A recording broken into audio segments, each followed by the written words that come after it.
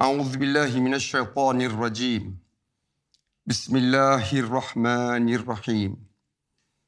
الحمد لله رب العالمين. اللهم صل على محمد وآل محمد الأئمة والمهديين وسلم تسليما. Assalamualaikum warahmatullahi wabarakatuh dan salam sejahtera. Kami dari Ahmadi Agama Keamanan dan Cahaya atau The Ahmadi Religion of Peace and Light sekali lagi ingin mengucapkan tahniah dan syabas kepada Kerajaan Malaysia, khususnya Kerajaan Negeri Sarawak, kerana pada 10 April 2026, Kerajaan Negeri Sarawak melalui Majlis Agama Islam Sarawak telah menyertai pasukan burung kakak tua dengan mengeluarkan fatwa hukum bahawa ajaran Ahmadi Agama Keamanan dan Cahaya sebagai sesat dan perlu disekat berkuat kuasa 5 Februari 2026. Fatwa yang dikeluarkan ini hanyalah tambahan kepada siri fatwa-fatwa yang telah dikeluarkan oleh beberapa negeri lain di Malaysia bagi memenuhi dan mematuhi fatwa di peringkat nasional yang telah dikeluarkan oleh Jawatan Kuasa Muzakarah Majlis Kebangsaan bagi Hal Ehwal Agama Islam Malaysia atau MKI. Fatwa ini menunjukkan kepada dunia bahawa Malaysia dengan kuku dan taringnya adalah penentang keras terhadap Ahmadi Agama Keamanan dan Cahaya dan menzahirkan lagi hipokrasi kerajaan Malaysia yang amat menjijikkan. Dengan sombongnya seperti musang berjanggut, kerajaan Malaysia mendabik dada sambil menghina dan merendahkan martabat intelektual rakyatnya sendiri dalam menentukan dan memilih sendiri akidah agama serta kepercayaan masing-masing. Frasa musang berjanggut adalah suatu pepatah Melayu yang ditujukan kepada pihak yang menyamar atau berpura-pura baik, alim atau jujur tetapi sebenarnya mempunyai niat buruk dan licik. Para ulama Malaysia dengan egonya tanpa malu dan takutkan Tuhan telah menentang keras dan melanggar firman Allah Subhanahu Wa Taala yang menitahkan agar orang-orang beriman pertama mendengar semua pendapat lalu memilih yang terbaik sebagaimana dinyatakan dalam ayat 18 surah Az-Zumar, dan tiada paksaan dalam agama yang ditegaskan di dalam ayat 256 surah Al-Baqarah. Kerajaan musang berjanggut ini telah menolak mentah-mentah sunnah Nabi Muhammad SAW yang meraihkan kepelbagaian pendapat dan menjulang kebebasan beragama. Ya, merekalah yang demi agenda dan kepentingan politik telah menulis fatwa yang bercanggah dengan perintah Tuhan.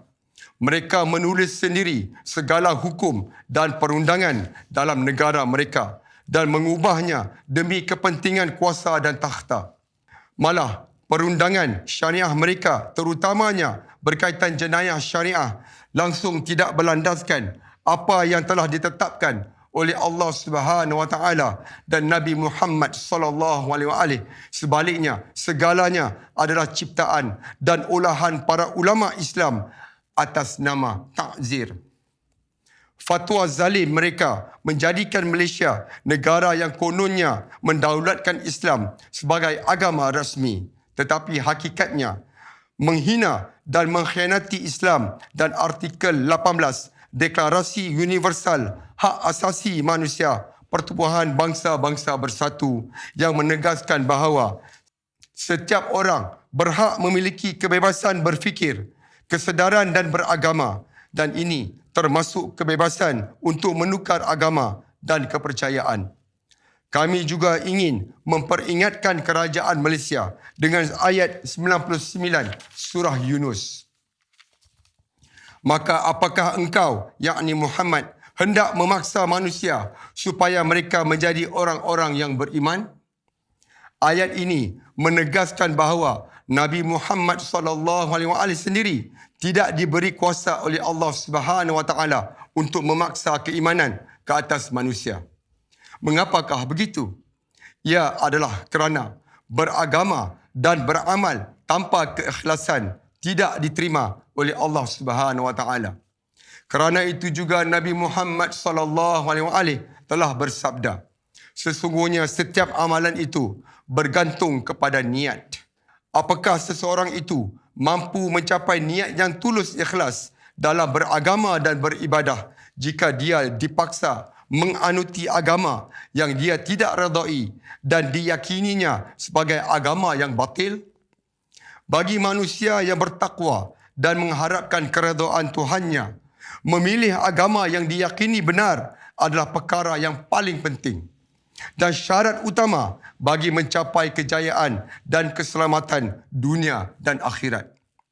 Ironinya, kerajaan Malaysia melalui rang Undang-Undang Perlembagaan Pindaan tahun 2019 telah memberikan hak kepada rakyat Malaysia yang berusia seawal 18 tahun untuk mengundi di dalam pilihan raya bagi memilih ahli-ahli politik yang mereka yakini terbaik untuk memimpin negara.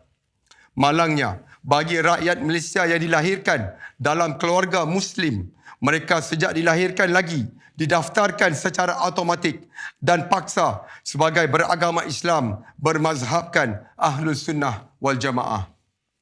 Mereka dinafikan hak untuk mengkaji dan memilih agama pilihan mereka yang mereka yakini adalah agama yang sebenar dari Tuhan. Tindakan kerajaan Malaysia mengharamkan dan berusaha untuk menyekat semua saluran media kami dan buku Matlamat Sang Bijaksana atau The Goal of the Wise oleh pimpinan kami Abdullah Hashim Abad Al-Sadiq AS malah menangkap dan memenjarakan ahli-ahli kami dilihat sebagai suatu bentuk kekejaman yang amat dahsyat. Malah, dari aspek ini, tindakan kerajaan Malaysia ini dilihat sebagai lebih zalim dari apa yang telah dilakukan oleh Fir'aun laknatullah, di mana Fir'aun laknatullah telah berlapang minda dan terbuka untuk membuka pintu istananya bagi menerima kunjungan Musa AS dan Harun AS serta memberikan ruang dan peluang kepada Musa AS berhujah dan berdebat dengannya secara terbuka di hadapan para pembesar, pegawai istana dan keluarganya sendiri. Namun begitu, biarpun sejuta fatwa dikeluarkan dan sejuta tembok pagar menghalangi risalah dakwah kami, cahaya kebenaran ini akan tetap memasuki setiap rumah dan hati manusia yang ikhlas menyayangi Tuhan dan mendambakan kebenaran hakiki. Allah Subhanahu Wa Taala berfirman dalam surah At-Taubah ayat 32. Mereka berkehendak memadamkan cahaya Allah dengan mulut mereka dan Allah tidak mengkehendaki selain menyempurnakan cahayanya, walaupun orang-orang yang kafir itu tidak menyukai. Maka silakan merancang dan bertindak kejam ke atas kami. Kerana itu semua hanya akan mempercepatkan lagi kemenangan yang dijanjikan kepada kami. Kerana kami bersama Allah Subhanahu Wa Taala, Imam Al-Mahdi dan para Mahdi alaihim salam di zaman ini. Allah Subhanahu Wa Taala telah berfirman di dalam surah Ali Imran ayat 54. Mereka merancang dan Allah juga merancang dan Allah adalah sebaik-baik perancang. Justru kami memperingatkan kerajaan Malaysia bahawa tindakan zalim memfitnah dan menyekat ajaran Ahmadi, agama keamanan dan cahaya bakal menyaksikan kutukan dan laknat Tuhan menimpa kerajaan Malaysia.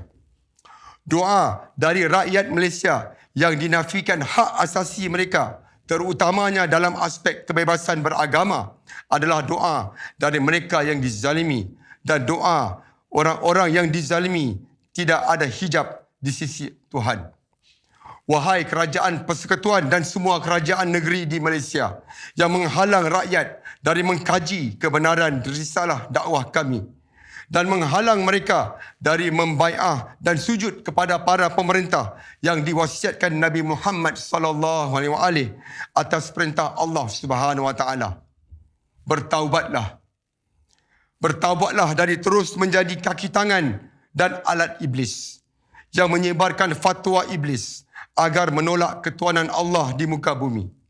Kepada semua yang menyaksikan dan mendengar ucapan ini, sila beranikan diri dan berikan peluang yang adil kepada diri anda semua untuk mengkaji segala pembuktian risalah dakwah kami, kerana kami adalah satu-satunya gerakan di zaman ini yang memperjuangkan dan menjulang apa yang telah diperjuangkan oleh semua para nabi dan rasul sejak daripada Adam AS, iaitu hanya Allah Subhanahu Wa Taala saja berhak melantik pemimpin ke atas manusia.